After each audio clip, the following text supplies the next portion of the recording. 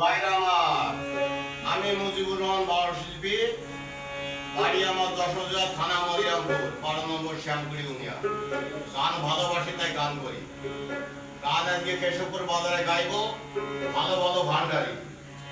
আপনারা ভালোবাসলে like share comment করবেন। আমি গরিব মানুষ হিসেবে। আসসালামু আলাইকুম।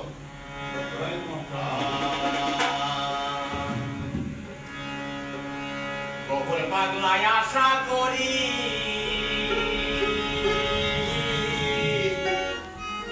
ও বাবা চেয়ে আছে চরণ ধরি